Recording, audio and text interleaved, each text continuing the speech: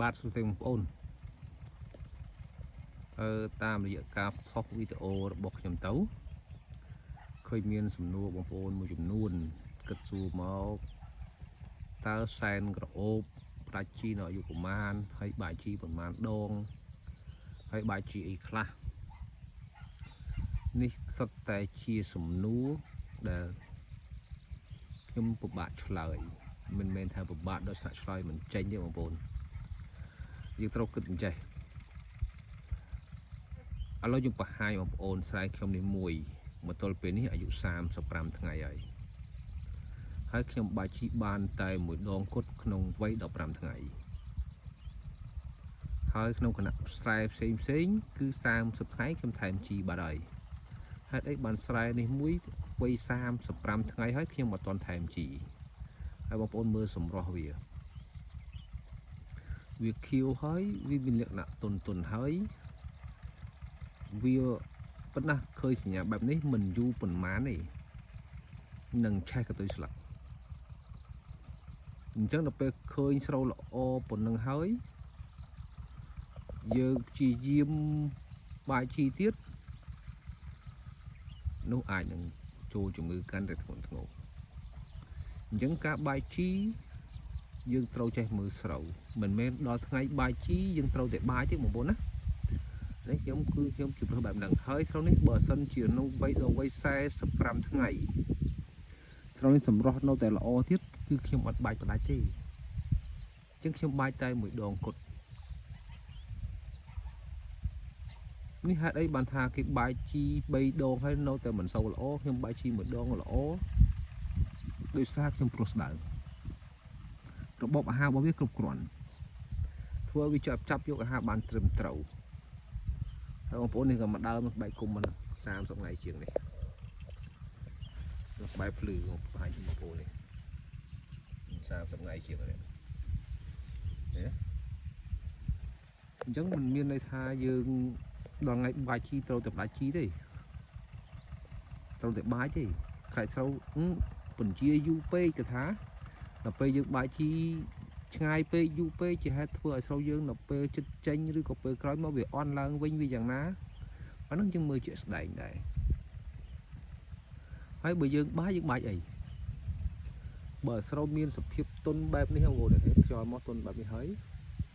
ខ្ញុំឲ្យស្រូវមើលយើងមើលទៅលើការលូតលាស់របស់វាល្អអញ្ចឹងមានថារបបអាហាររបស់វាគ្រប់គ្រាន់ហើយមានតែចង់លើសទៀតនោះអញ្ចឹងខ្ញុំបាញ់តែថ្នាំពីលើហើយមិនប្រើជីបំពន់ពីតាមស្លឹក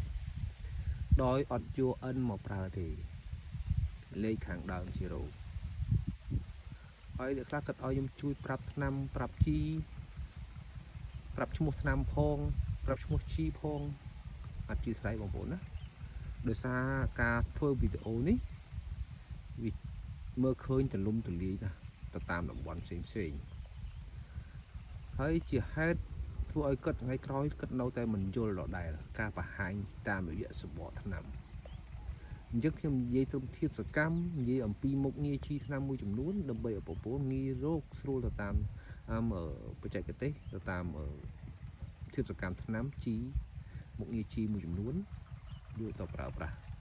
ហើយជ្រើសរើសយកក្រុមហ៊ុនណាដែលល្អយកមកប្រើចោះ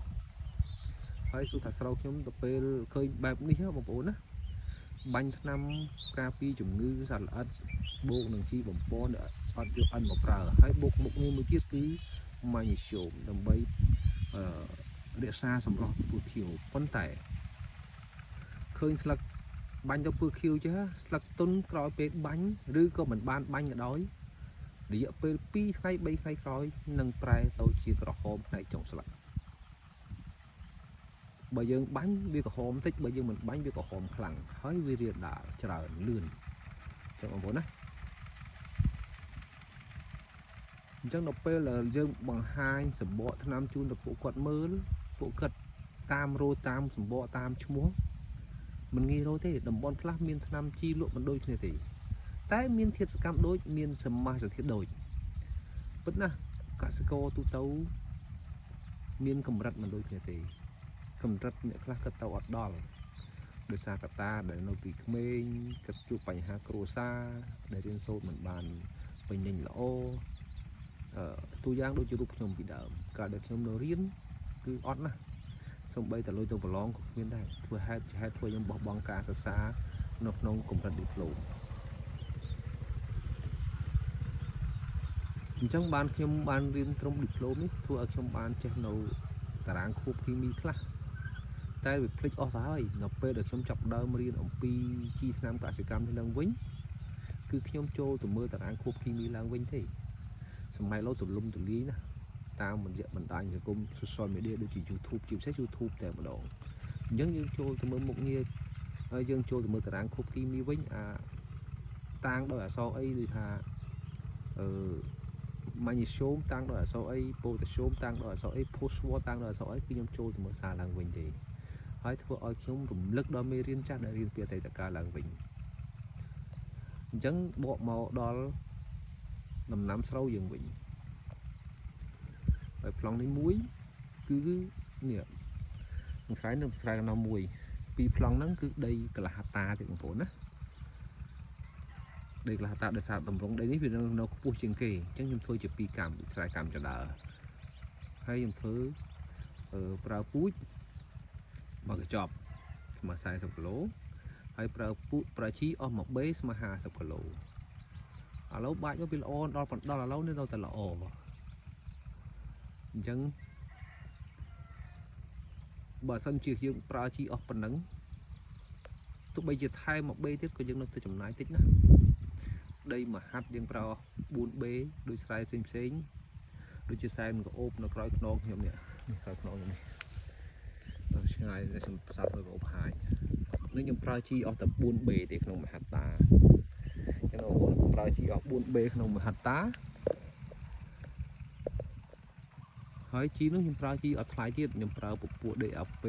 616ចឹងជីនោះវាកំលេខវាទៀតតម្លៃវាក៏ធូរថ្លៃដែរអញ្ចឹងបូកនឹងអ៊ុយរ៉េបន្តិចបន្តួចវាស្មើក្នុងមហត្តាយើងចំណាយថ្លៃជីអស់ប្រហែលជា 100000 ទៅចុះក្នុងមួយបេក្នុងមហត្តាទេបងប្អូនជាស្រ័យក្នុងមួយបេអញ្ចឹងបើយើងបាច់4បេអស់400,000អានេះបើខ្ញុំបាច់1បេនេះអស់តែ100000ទេដី3រៃដីកន្លះហាត់អញ្ចឹងបាញ់ថ្នាំសមដើម្បីជួយរក្សាគុណភាពរក្សាសុខភាពវាឲ្យបានល្អនោះយើងនឹងកាត់បន្ថយថ្លៃដើមអញ្ចឹងសំណួរខ្លះក៏សួរថាប្រើពូជតិចចឹងបានប្រហែលតោនហើយធ្វើពូជស្ដើងបានប្រហែលតោនតាមពិតការធ្វើពូជស្ដើងនេះការកំណត់ទិន្នផលជាក់លាក់មិនត្រឹមត្រូវទេបើមានទឹកថែទាំគ្រប់គ្រាន់ហើយស្រូវមានសុខភាពល្អធ្វើស្រូវមានសុខភាពល្អខ្ញុំហ៊ាននិយាយថាចន្លោះពី5តោនកន្លះទៅ6តោនកន្លះគឺដឹងថាសង្ឃឹមភាគរយខ្ពស់តែបើមិនមានទឹកកត្តាធម្មជាតិផ្សេងមករំខានកណ្ដាសត្វផ្សេងមករំខានអាហ្នឹងការផលឡើងទៅចុះទៅតាមហ្នឹងតែសំខាន់យើងធ្វើពេលណាក៏ចំណេញទៅបានដែរវាអត់ឧបសគ្គច្រើនហើយងាយស្រួលធ្វើងាយស្រួលថែទាំឧបសគ្គនៅខាងមុខតិចយើងចំណាយក៏ទៀតអញ្ចឹងខ្ញុំមិនមែនមានន័យថាខ្ញុំធ្វើអញ្ចឹងដើម្បីឲ្យខ្លួនឯងខាតទេគ្រប់អាជីវកម្មទាំងអស់គ្រប់មុខរបរទាំងអស់មិនថាផ្នែកកសិកម្មឧស្សាហកម្មពាណិជ្ជកម្មអីទេគឺត្រូវការប្រាក់ចំណេញរបស់គ្នាចុះបើខ្ញុំធ្វើចំណេញហើយខ្ញុំធ្លាប់ពិសោធន៍ជាមួយនឹងពូជក្រាស់ហើយវាជួបបញ្ហាច្រើនពេលខ្លះវាបានច្រើនមែនតែពេលខ្លះក៏វាបានតិចដែរដោយសារធាតុអាកាសដោយសារបញ្ហាផ្សេងៗជាច្រើននៅចំពោះមុខអញ្ចឹងពេលយើងធ្វើខាតចំណេញអញ្ចឹងខ្ញុំយល់ទិន្នផលមួយជាមធ្យមភាពសមរម្យហើយធ្វើពេលណាក៏ចំណេញនោះទើបយើងឈរលើវិស័យដាំដុះនឹងបានយូរអ្នកបងប្អូនអញ្ចឹងសូមចូលរួមបងប្អូនប៉ុណ្ណឹងហើយបងប្អូនជួយចែករំលែកនេះចុះខ្ញុំមិនលាក់បាំងទេបើឆ្ងល់សួរខ្ញុំអត់លាក់បាំងទេថ្ងៃខ្ញុំធ្វើការមួយកសិកររៀងរាល់យប់ម៉ោង7ដល់ម៉ោង10យប់3ម៉ោងគឺធ្វើការឆ្លើយតបជាមួយកសិករអញ្ចឹងតើលើសពីនោះខ្ញុំសម្រាប់ឲ្យអញ្ចឹងបងប្អូនណាអញ្ចឹងអរគុណច្រើន